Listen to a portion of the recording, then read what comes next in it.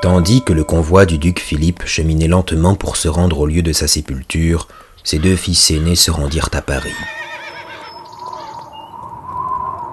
Ils venaient prêter foi et hommage au roi qui, en ce moment, était dans un bon intervalle de santé.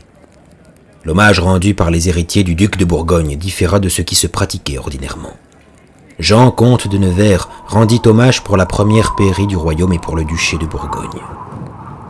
En même temps et pendant le peu de jours qu'il passa à Paris, le nouveau duc, assailli des demandes que faisaient tous les marchands, ouvriers et artisans créanciers de son père, se vit forcé de leur abandonner les meubles qu'il avait laissés. Les tableaux, les tapisseries, les joyaux, les riches vêtements furent vendus ou pris en paiement pour satisfaire aux créances les plus pressantes. Le duc Jean retourna ensuite rejoindre le convoi de son père afin d'assister à son entrée à Dijon. La commune conçut à ce sujet quelque inquiétude. Elle craignit qu'au moyen de cette cérémonie funèbre, le nouveau duc ne fît son entrée dans la ville sans jurer d'en maintenir les privilèges. Dès qu'on lui eut représenté cette difficulté, il s'empressa d'y satisfaire. Le duc tarda peu à accomplir sa promesse. Dès le lendemain des obsèques, le 17 de juin, il fit à Dijon son entrée souveraine et jura les privilèges de la commune en la matière accoutumée. Il passa quelques jours dans son duché, y confirma et institua, du moins jusqu'à nouvel ordre, tous les officiers du duché nommés sous le règne de son père. Il fit aussi quelques règlements utiles que lui proposa son conseil.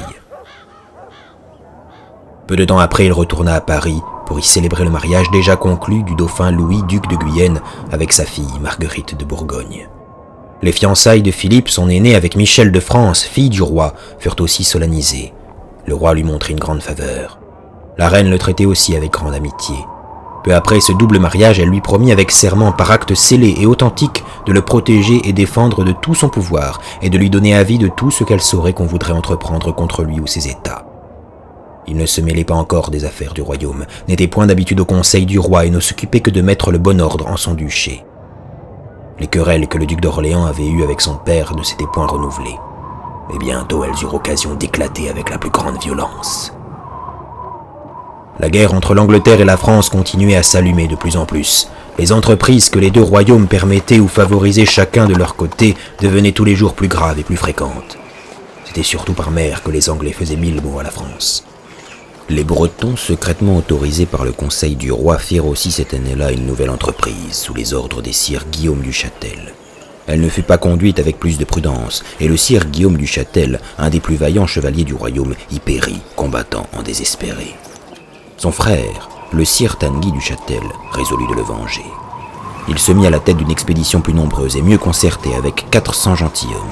Il descendit près de Dartmouth, mit tout le pays à feu et à sang. Il y fit un immense butin et revint en Bretagne sans avoir éprouvé le moindre échec. C'était sur les frontières de Guyenne que se faisait la guerre la plus vive et la plus continue. Un si grand désordre et le royaume si mal défendu excitaient un murmure général contre le gouvernement du duc d'Orléans et de la reine. On disait partout, jusque dans les tavernes et les carrefours, qu'il ne se souciait de rien que d'arracher l'argent au peuple, qu'il le laissait sans défense contre les ennemis, faisant de la guerre seulement un prétexte à leurs exactions. La dernière taille avait été dérobée au Louvre par le duc d'Orléans, et pas un écu n'en avait été employé au service du royaume, à ce qu'assuraient les personnes les plus graves et les plus dignes de foi. Tout avait passé aux dépenses du duc et aux somptueux bâtiments qu'il faisait élever dans tous ses domaines. Il fallait donc, si l'on voulait faire une guerre digne du royaume, redemander encore des impôts. Ce fut pour cela que vers la fin de février 1405, on proposa au conseil du roi une nouvelle taille. Les avis se partagèrent. Le duc de Bourgogne, qui avait été appelé au conseil, parla en ces termes. « Je ne puis m'empêcher de déclarer que vouloir charger le pauvre peuple d'une nouvelle taille est un dessein tyrannique. Il est horriblement grevé de la dernière dont on a reçu des sommes au moins suffisantes à ce que nous avions délibéré de faire pour le bien du royaume. J'ai cru que mon devoir m'obligeait de parler ainsi. Le conseil peut ordonner ce qui lui plaira. Mais s'il s'accorde avec mon cher cousin d'Orléans pour mettre cette taille, je proteste tout que j'empêcherai bien que mes sujets en soient grevés. Elle n'aura cours dans aucune de mes terres. Aussi bien ai-je des chevaliers et des écuyers tout prêts à exécuter les ordres de monseigneur le roi, et en tel nombre qu'il lui plaira. » Mais le duc d'Orléans avait toute part au pouvoir. Les conseillers du roi étaient ses flatteurs et ses complaisants. Ils surent bien trouver des raisons pour soutenir sa volonté. La taille fut résolue, criée et publiée le 5 de mars. La dure exécution de la nouvelle taille ajoutait encore au mécontentement. Partout on voyait des meubles vendus, des malheureux dépouillés, même de la paille de leur lit ou traînés dans les prisons. Aussi entendait-on les plus horribles imprécations contre le duc d'Orléans. Il craignit qu'on en vînt à quelque sédition. Le duc de Bourgogne était devenu au contraire grandement cher au peuple dont il avait défendu les intérêts, mais il venait d'être appelé ailleurs par des soins importants. Sa mère était morte presque subitement le 21 mars 1405, n'ayant ainsi survécu à un mari qu'elle avait toujours aimé que 11 mois seulement. Sa mort rendait le duc de Bourgogne aussi puissant que l'avait été son père. Il s'empressa de prendre possession de ces nouveaux États de Flandre et visita sans tarder toutes ces riches villes dont il devenait seigneur. Il y fut reçu en grande pompe et se montra d'aussi facile accueil que le duc Philippe. Il était assez averti par l'expérience du passé des grands avantages qu'il aurait à bien vivre avec les Flamands. Il leur accorda divers privilèges. Il promit, et c'était la plus grande affaire, que nulle guerre ne suspendrait le commerce avec les Anglais.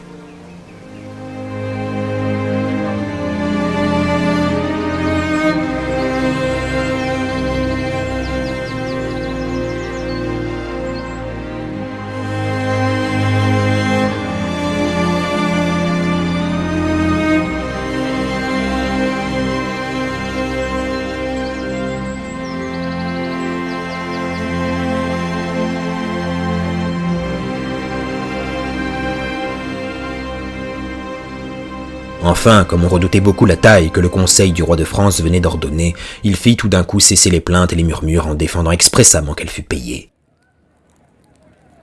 Une telle conduite devait irriter le duc d'Orléans. Il tarda peu à montrer que son intention n'était pas de ménager la maison de Bourgogne.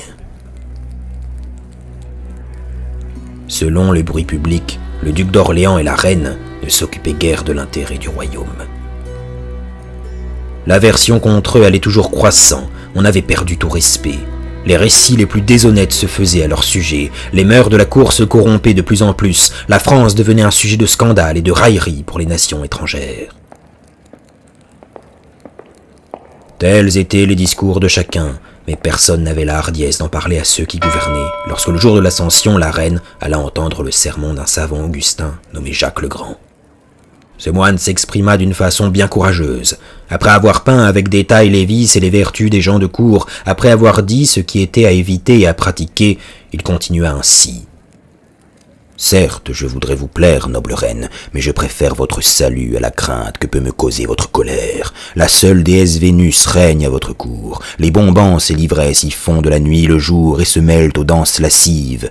Ce maudit et infernal cortège assiège la cour, énerve les mœurs et les forces de beaucoup de gens, et souvent empêche que des chevaliers et des écuyers efféminés ne partent pour des expéditions guerrières, de peur d'en revenir estropiés de quelqu'un de leurs membres. » De là, il passa au luxe des habillements dont la reine était la principale cause, et après l'avoir fortement réprimandée, « Ô reine, ajouta-t-il, voilà entre beaucoup d'autres choses ce qui se dit à la honte de la cour. Si vous ne voulez pas me croire, prenez l'habit de quelques pauvres femmes et marchez par la ville, vous en entendrez parler à cette gens. » La reine n'écouta point tout cela avec plaisir. Les dames de sa maison dirent ensuite au prédicateur qu'elles étaient fort surprises qu'il fût assez téméraire pour tenir de si méchants propos. « Et moi, dit-il, je suis encore plus surpris que vous osiez commettre d'aussi méchantes actions. » Un officier de la reine passant près de lui se mit alors à dire « Si l'on m'en croyait, on jetterait à l'eau ce misérable. » On ne manqua pas de rapporter au roi tout ce qu'avait dit frère le Grand, et de parler des outrages énormes qu'il avait fait à la reine. Il ne se mit point en colère, comme on l'aurait voulu, parut content, et ordonna que frère le Grand vint prêcher dans son propre oratoire le jour de la Pentecôte. Pour lors, il raconta avec détail comment, dans la cour des grands et des chefs de l'État, les préceptes divins étaient foulés aux pieds, la doctrine évangélique repoussée, la foi, la charité, les vertus théologales et cardinales mises en oubli. Il réprimanda spécialement les vices de ceux qui s'étaient chargés de conduire le royaume et dit qu'il était gouverné mal et avec insouciance. Le roi, entendant tout cela, soit de son propre mouvement, soit par l'avis d'un autre, se leva et vint se placer tout juste en face du prédicateur. Il ne s'en intimida point davantage, et adressant la parole au roi lui-même, il lui dit de mettre à profit ce qu'il entendait, sinon cela tournerait encore à la honte de ses conseillers qui lui scellaient la vérité. Puis il se mit à rappeler la mémoire de son père. « Oui, dit-il, Durant son règne, il mit aussi des tailles sur le peuple, mais avec leurs produits, il construisit des forteresses pour la défense du royaume. Il repoussa les ennemis, il s'empara de leurs villes, il épargna des trésors qui le rendirent le plus puissant des rois de l'Occident, et maintenant rien de tout cela ne se fait, encore qu'on impose au peuple un fardeau plus pesant. La suprême noblesse de ce temps-ci, continua-t-il, c'est de fréquenter les maisons de bain, de vivre dans la débauche, de porter de riches habits à belles franges, bien lacés et à grandes manches. Sire, cela vous regarde aussi, et je vous dirai que c'est tout comme si vous étiez vêtu de la substance des larmes et des gémissements de ce malheureux peuple, dont les plaintes, nous le disons avec douleur, montent vers le suprême roi pour accuser tant d'injustice. Il parla aussi de quelqu'un qu'il nomma seulement le duc, dont la jeunesse avait annoncé un bon naturel, mais qui maintenant avait encouru la malédiction du peuple par sa vie impudique, par son insatiable cupidité et par l'oppression insupportable que lui et ses pareils exerçaient sur tout le monde. Contre le désir et l'attente des courtisans, le roi approuva la fidélité de ce prédicateur et jugea qu'il était raisonnable de réformer les abus qu'il avait accusés. Ce bon dessein ne put avoir aucun effet. Le pauvre prince retomba malade. Le duc d'Orléans et la reine continuèrent tout comme par le passé. Enfin, une dernière tentative sembla mettre le comble à tant d'abus de pouvoir. Pendant que le roi était malade, le duc d'Orléans se conféra à lui-même le gouvernement de Normandie et se rendit dans la province pour y prendre possession de ce grand office. Les commandants des forteresses refusèrent de le reconnaître et de les lui livrer. Le duc d'Orléans revint alors près du roi qui avait repris quelque santé et le pria de le confirmer dans ce gouvernement. Le roi y consentit, mais auparavant voulut en parler à son conseil. Cette fois, la prétention du duc d'Orléans était si excessive que quelques-uns des conseillers eurent le courage de parler vrai au roi. « Monseigneur, dirent-ils, la Normandie est la plus riche province de votre royaume. Il faut que les officiers qui la gouvernent soient à votre choix, destituables à votre volonté, et non à celle d'un autre. Si le roi votre père vivait encore, nous croyons qu'il ne vous la donnerait pas à vous-même, son fils aîné et son successeur. Cela est contre le bien du royaume. » Le roi, ainsi éclairé sur la triste situation du royaume et le mauvais gouvernement, montra quelque volonté et se détermina à assembler un conseil solennel afin d'y aviser. Il voulut que tous les princes de son sang y fussent présents. Le duc de Bourgogne fut mandé. Il résolut de venir à Paris, de manière à être le maître. Il partit d'Arras avec environ 800 chevaliers de Bourgogne et de Flandre et fit ses dispositions pour que des forces plus considérables vinssent le joindre. Le duc d'Orléans ne s'attendait en aucune sorte à cet événement. Les préparatifs de guerre du duc de Bourgogne ne l'avaient pas inquiété. Il avait pu les croire destinés contre les Anglais. Il manquait d'argent et de gendarmes. La ville de Paris était animée de fureur contre lui et contre la reine. En cette extrémité, le duc d'Orléans et la reine crurent n'avoir d'autre parti à prendre que la fuite. Sans rien dire à personne, ils partirent pour Melun, laissant seulement l'ordre au maréchal Boucicaut d'emmener le lendemain le dauphin. Le duc de Bourgogne apprit ce départ de la reine et du duc d'Orléans. Il monta sur le champ à cheval, espérant être encore à temps d'empêcher que le dauphin ne fût emmené. En arrivant à Paris, il sut que le duc de Bavière l'avait enlevé. Sans descendre de cheval, sans s'arrêter un moment, le duc de Bourgogne traversa Paris au grand trot avec sa suite et atteignit le dauphin à Juvisy. Il se présenta à lui tout couvert de poussière, le saluant respectueusement. Il lui demanda où il allait et s'il n'aimerait pas mieux revenir à Paris. L'enfant répondit que oui. Près de lui était à cheval son oncle, le duc de Bavière. « Sire duc de Bourgogne, dit-il, laissez aller monseigneur mon neveu auprès de la reine sa mère et de son oncle monseigneur d'Orléans. On l'y conduit du consentement du roi son père. » Il défendit à qui que ce soit d'arrêter la litière où était le dauphin. Après peu de paroles, le duc de Bourgogne s'écria « On le ramènera pourtant et à la barbe de quiconque voudrait s'y opposer. » Il commanda à ses hommes de retourner les chevaux et le jeune prince reprit la route de Paris escorté par les Bourguignons, tandis que son cortège s'enfuit rapidement pour porter cette nouvelle à la reine et au duc d'Orléans. Ils étaient à dîner et, craignant de voir arriver sur l'heure les hommes d'armes du duc de Bourgogne, ils se sauvèrent au plus vite à Melun. Cependant, les ducs de Berry et de Bourbon s'étaient rangés du parti du duc de Bourgogne. Dès qu'ils surent que le dauphin revenait, ils vinrent au-devant de lui en grand appareil. Le jeune prince traversa Paris au milieu des acclamations des bourgeois, toujours accompagné du duc de Bavière. Le duc de Bourgogne prit la parole et ajouta que s'il était venu à Paris accompagné de tant de gendarmes, c'était avec le consentement du roi, qu'il fallait le garder contre les ennemis qu'il avait dans le royaume, qu'on n'avait rien à craindre de ces hommes d'armes, qu'au contraire, il pourvoirait à la sûreté de la ville de Paris. Pendant ce temps-là, le duc d'Orléans était à Melun, animé d'une grande colère.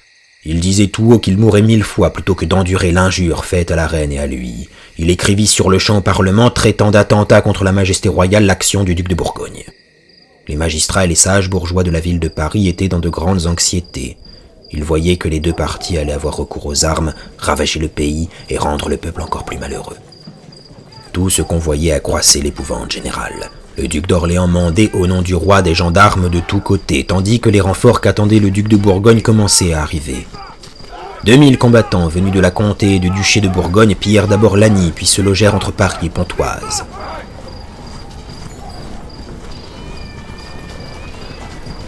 En même temps, le duc de Berry fortifiait son hôtel de Nesle à Paris et l'entourait d'une enceinte de charpente. Le duc de Bourgogne faisait mettre des portes aux rues qui aboutissaient à son hôtel d'Artois. On construisait aussi par son ordre des réduits de planches pour loger des arbalétriers. Chaque nuit, le guet était de 500 hommes. On tint un conseil et il fut résolu que le duc de Berry serait chargé de la garde de la ville. Il en fit sur le champ clore toutes les portes. Enfin, il fut permis aux bourgeois de se munir d'armes suffisantes et d'avoir des chaînes pour défendre leurs rues. Ce fut une grande joie parmi le commun peuple, qui était déjà très favorable au duc de Bourgogne. On savait qu'il s'était toujours opposé aux tailles, on connaissait les belles remontrances qu'il venait de faire et dont il avait répandu partout des copies. On disait qu'il était venu pour empêcher la reine d'emmener le dauphin en Allemagne. Il rétablissait de jour en jour les privilèges de la ville. En moins de 8 jours, il y eut plus de 600 chaînes forgées et placées dans les rues. Chacun n'en redoutait pas moins la guerre. Bien que le duc d'Orléans ne comptât point de partisans à Paris et que tous les princes fussent d'accord avec le duc de Bourgogne, il n'était personne qui ne désirât une réconciliation. Le roi même eut quelques instants de raison et défendit qu'on eût recours aux armes. On fit des prières publiques pour obtenir ce bienfait de la bonté divine. Le duc de Bourbon fut envoyé à Melun pour engager le duc d'Orléans à cesser ses armements et à laisser revenir la reine. Il le trouva inflexible. Le lendemain, il y retourna encore et fut encore plus mal reçu. Le duc de Berry alla donc à Melun et parla au duc d'Orléans avec l'autorité que lui donnait son âge et son rang dans le royaume. Il lui dit que le duc de Bourgogne, en ramenant le dauphin, n'avait rien fait que de raisonnable et de conforme à l'avis de tous les princes. Puis il blâma non seulement les motifs, mais la témérité de son entreprise, lui remontrant le peu de force qu'il avait à sa disposition. Enfin, il ne craignit pas de lui assurer que s'il persistait, tous les princes seraient contraints de ne voir en lui qu'un ennemi public. À tout cela, le duc d'Orléans répondit « Celui qui a bon droit le défend bien ». Chacun alors s'apprêta à combattre. Des deux côtés on vivait en de grandes méfiances et l'on craignait sans cesse d'être trahi. La reine surtout se montra furieuse contre presque toute sa maison, chassa injurieusement de nobles dames et demoiselles qui jusqu'alors avaient été dans ses bonnes grâces. Tout cet éclat fit encore plus mal parler d'elle. Pendant ce temps-là, on disait à Paris que le duc d'Orléans avait pillé les trésors du roi dans le palais de Melun et qu'il en usait pour pratiquer des intelligences à Paris. Une nuit, on tenta de forcer l'hôtel du duc de Berry, ce qui répandit une grande alarme. La rivière fut fermée avec des chaînes, les bourgeois bouchèrent tous les soupiraux des caves, crainte d'incendie. Au milieu de tant de gens de guerre, il y avait certes sujet de s'effrayer. Cependant, le duc de Bourgogne tenait en grand ordre et en stricte obéissance tous les gendarmes qu'il avait fait entrer dans la ville. Il les payait exactement et les vivres ne manquaient pas. Dans les campagnes, il n'en allait pas de même, il s'y commettait de grands excès. Les paysans s'enfuyaient dans les villes fermées, abandonnant à la merci des gens de guerre leurs granges remplies et leurs vendanges prêtes à se faire. Le duc d'Orléans, ayant rassemblé les forces que lui avait amenées le duc de Lorraine, s'avança, passa la Seine et s'empara de Charenton. Alors le duc de Bourgogne rangea son armée du côté de Montfaucon. Tout semblait annoncer une bataille. Les bannières flottaient de toutes parts. Le duc d'Orléans avait fait peindre sur les siennes un bâton noueux avec la devise « Je l'envie », ce qui, dans le langage du temps, signifiait « Je porte le défi ». Les bannières de Bourgogne représentaient un rabot pour emporter les nœuds du bâton. La devise était « Je le tiens ». Cependant, le duc d'Orléans n'attaqua point. Le chancelier, le parlement, les magistrats conjurèrent les princes de faire un dernier effort pour prévenir la guerre. Ils avaient tous désir de l'empêcher. Le duc d'Orléans, dont les troupes commençaient à manquer de vivres, se montra moins dur. Le conseil du roi proposa que les troupes fussent congédiées de part et d'autre et qu'on s'en remît à la volonté du roi lorsqu'il reviendrait à la santé. Cette fois, ce fut le duc de Bourgogne qui se refusa à de telles conditions. Il dit que ses hommes d'armes ayant à venir de loin, le duc d'Orléans ferait revenir les siens avant qu'il pût réunir une nouvelle armée. On se crut plus loin que jamais de la paix.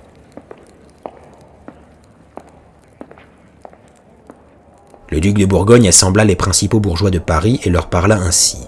« Vous savez, mes très chers amis, que je ne suis pas venu de si loin pour mes intérêts, et que j'y ai été amené par l'intérêt du peuple, accablé par tant d'exactions insupportables.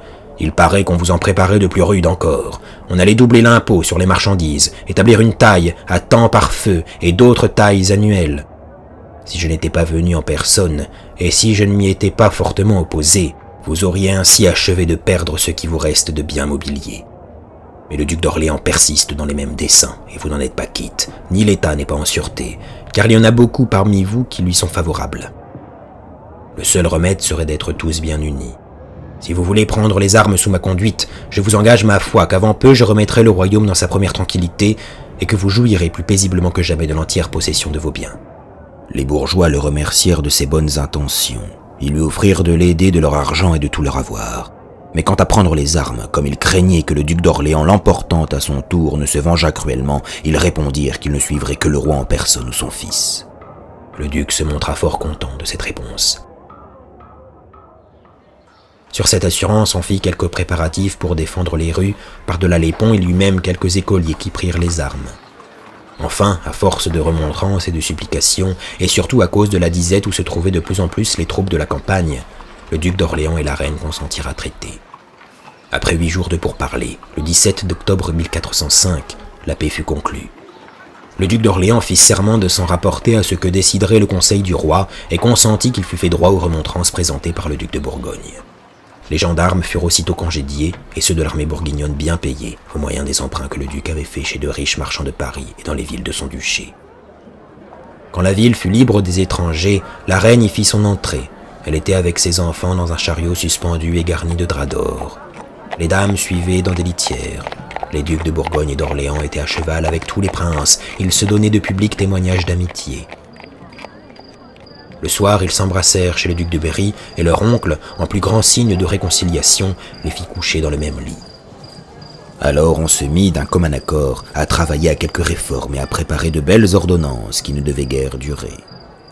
Voyant les princes dans de si heureuses dispositions, l'université vint les haranguer. L'orateur était le fameux maître Jean Gerson, chancelier de Notre-Dame, qui a été surnommé le docteur évangélique. Il prit pour texte « Vivat Rex » et fit un superbe discours sur le gouvernement de l'État et les vertus qu'il exige. Si l'on eût voulu écouter de si bons renseignements, les choses n'auraient pas été si mal. Mais on a beau prêcher, disait-on, les seigneurs et ceux qui les entourent n'en tiennent compte et ne pensent qu'à leur intérêt particulier. Ces saintes remontrances ne furent pas cependant tout à fait inutiles. D'abord on s'occupa du roi, et l'on rougit du honteux abandon où il était laissé. On lui donnait à manger comme à un animal, le laissant se jeter gloutonnement sur sa nourriture. Depuis 5 mois, on avait négligé de changer ses vêtements. Il était rongé de vermine et de pourriture.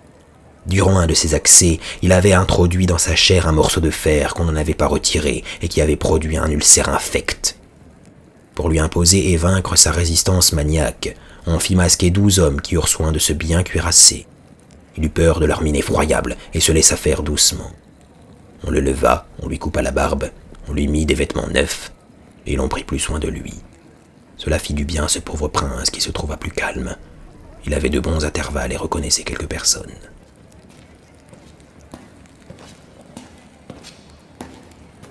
On lui fit présider quelques conseils où il fut question de diminuer les dépenses et de soulager le peuple. Ses épargnes ne suffisaient pas pour rétablir les finances. De beaux projets pour avoir beaucoup de revenus sans grever personne étaient sans cesse présentés, et le duc de Bourgogne continuait à se porter dans les conseils comme le défenseur du peuple. Pendant ce temps-là, il tirait de ses provinces le plus d'argent qu'il pouvait, et il en avait fort besoin à cause des prodigieuses dépenses qu'il venait de faire. De même que son père, il gouvernait raisonnablement ses domaines, il maintenait le bon ordre et n'était point haï de ses sujets. Les conseils du roi avaient encore à s'occuper du schisme de l'Église, qui se prolongeait sans qu'on y pût prévoir un terme, nonobstant les grandes promesses que le pape avait faites au duc d'Orléans. Il avait d'abord envoyé 2 ambassades à son concurrent de Rome pour l'engager à une entrevue. Les choses en étaient là pendant les querelles des princes. Peu de jours après, le roi se trouvant mieux, l'union de l'Église était ce qui intéressait le plus ce malheureux roi quand il avait quelque connaissance.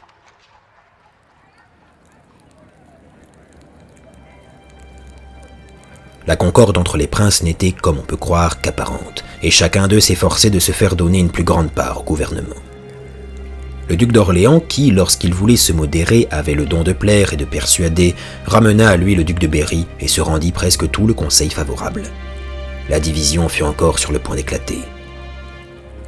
Le duc de Bourgogne tenait chez lui des conseils où venait le connétable avec d'autres seigneurs et conseillers. Pendant ce temps, il s'en tenait d'autres chez le duc d'Orléans, et même il y en eut un où, en l'absence du duc de Bourgogne, tout ce qui concernait les finances fut réglé. Il s'en offensa, et, comme les autres princes lui firent dire qu'il l'attendait à dîner, il refusa d'y venir.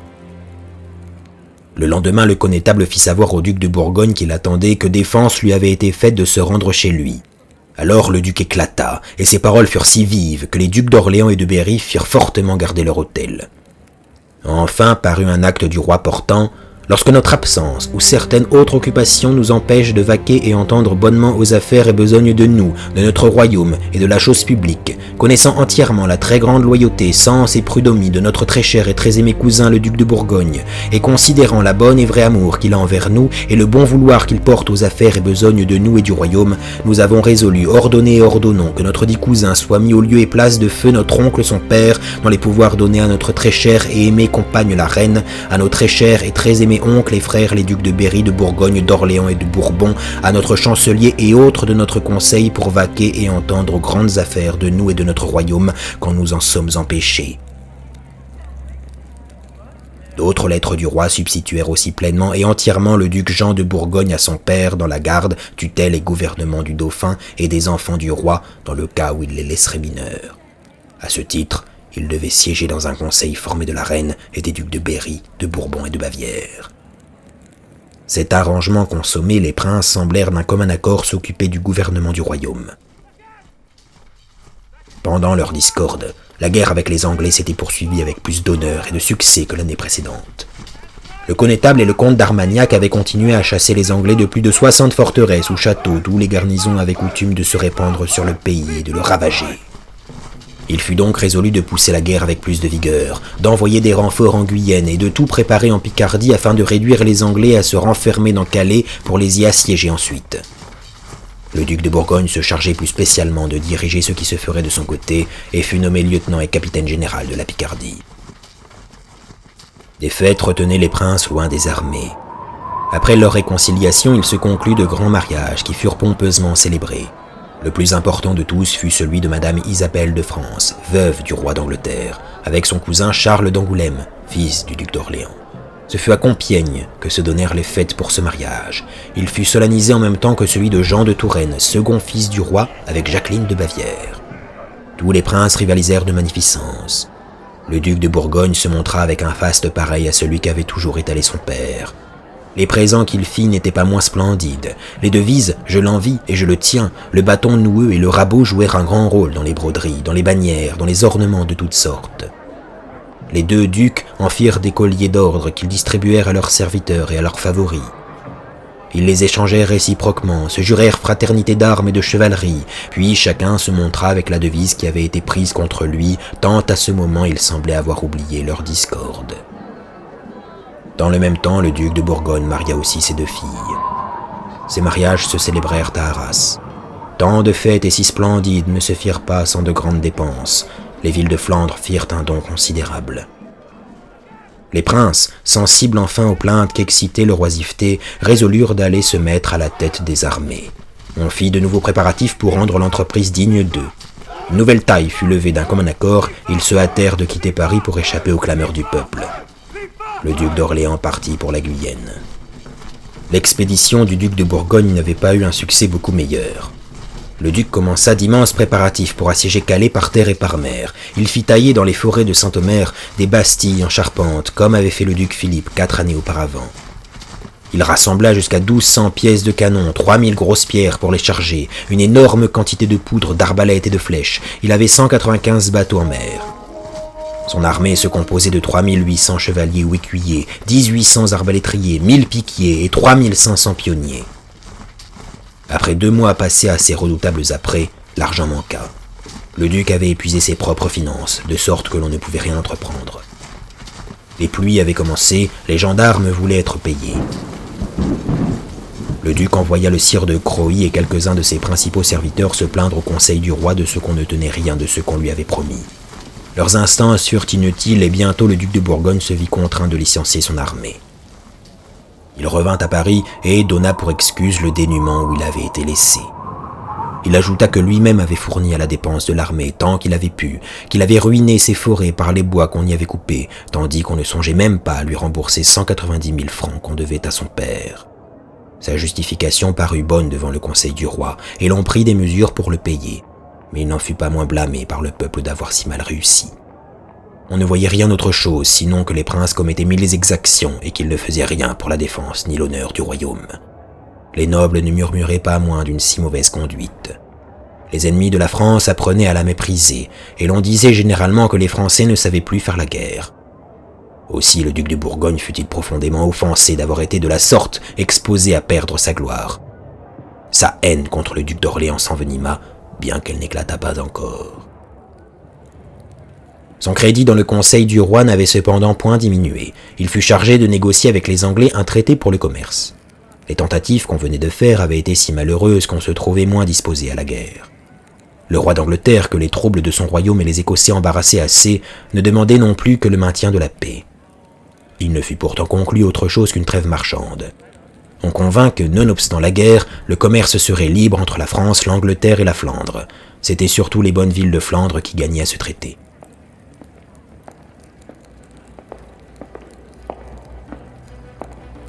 Le retour des deux princes dans le conseil tarda peu à développer les germes de haine qu'ils avaient l'un contre l'autre. Le duc d'Orléans se fit conférer le gouvernement de Guyenne qu'il désirait depuis longtemps et qui augmentait sa puissance. Les discordes qui avaient régné entre les princes devenaient chaque jour plus menaçantes. Leurs courtisans étaient assidus à les aigrir l'un contre l'autre. Le duc de Berry, la reine, le duc de Bourbon s'entremettaient sans cesse à les réconcilier. C'étaient tous les jours nouvelles promesses de concorde et d'amitié, puis nouveaux différends.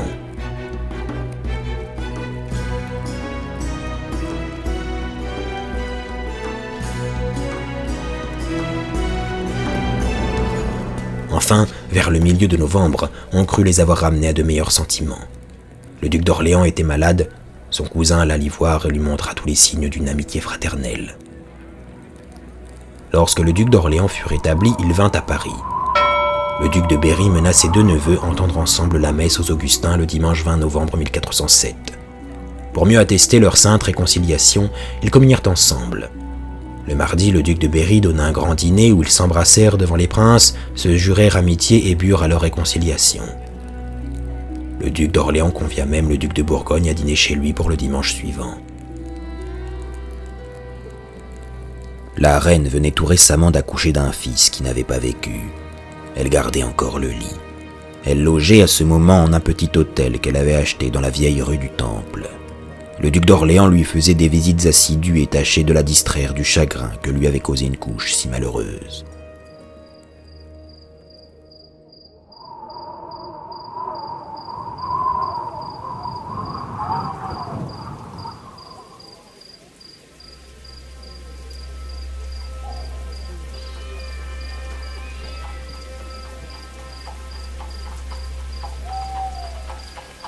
Le mercredi 23 novembre, il y soupait, et le repas avait été gai, lorsqu'un valet de chambre du roi se présenta de la part du roi. « Monseigneur, dit-il, le roi vous mande que vous veniez de vers lui sans délai. Il a hâte de vous parler pour choses qui touchent grandement à vous et à lui. »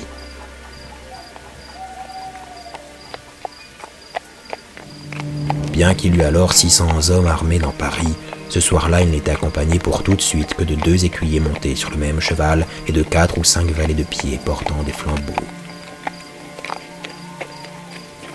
Il était tard, environ 8 heures du soir. La nuit était sombre, chacun retirait chez soi, personne dans les rues.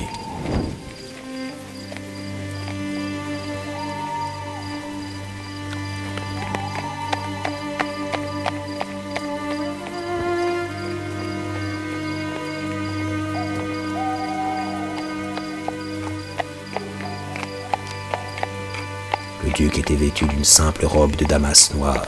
Il s'en allait suivant la vieille rue du Temple, en chantant et jouant avec son gant. Quand il fut à environ 100 pas de l'hôtel de la reine, comme il passait devant l'hôtel du maréchal de Rieux, 18 ou 20 hommes armés qui étaient embusqués s'élancèrent tout à coup. Le cheval des deux écuyers eut peur et les emporta au loin. Les assassins tombèrent sur le duc d'Orléans, criant « À la mort! À la mort !»« Qu'est-ce que ceci? D'où vient ceci ?» dit-il. « Je suis le duc d'Orléans !»« C'est ce que nous demandons, » répliquèrent-ils. Bientôt, il fut renversé de sa mule. Il se releva sur ses genoux, mais tous ses gens frappaient sur lui tant qu'ils pouvaient à grands coups de hache, d'épée et de masse. Un jeune page essaya de le défendre et fut aussitôt abattu.